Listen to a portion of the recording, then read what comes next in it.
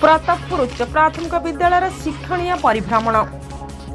सोनपुर सदर ब्लॉक अंतर्गत प्रतापपुर सरकारी उच्च प्राथमिक विद्यालय प्रधान शिक्षयित्री प्रकृति बंधु संतोषिनी नंदक तत्वावधान स्थानीय नगर वन में परिवेश अध्ययन तथा सचेतनता कार्यक्रम अनुष्ठित हो जाइछि।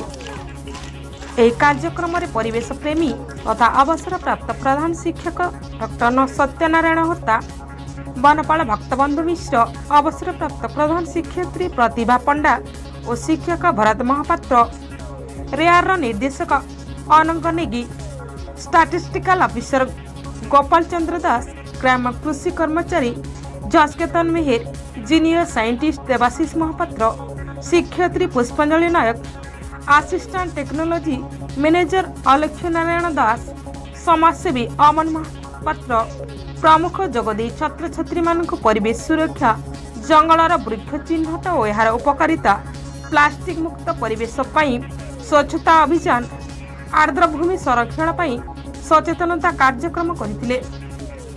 ଏଠାରେ କୁନି ଛାତ୍ର ରୁଦ୍ର ବଗର୍ତ୍ତୀଙ୍କ ଜନ୍ମଦିନ ପାଳନ ସହିତ ଏକ ବୃକ୍ଷରୋପଣ କରାଯାଇଥିଲା।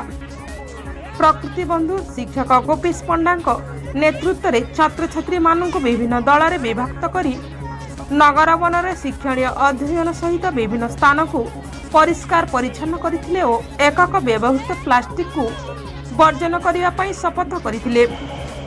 शिक्षक अक्षय कुमार जेना, शिक्षयित्री महेंद्री पंडा प्रमुख सहयोग करथिबा बेले विद्यालय परिचालना कमिटी सभापति लक्ष्मण मेहर धन्यवाद अर्पण करथिले। Bureau report, constant TV.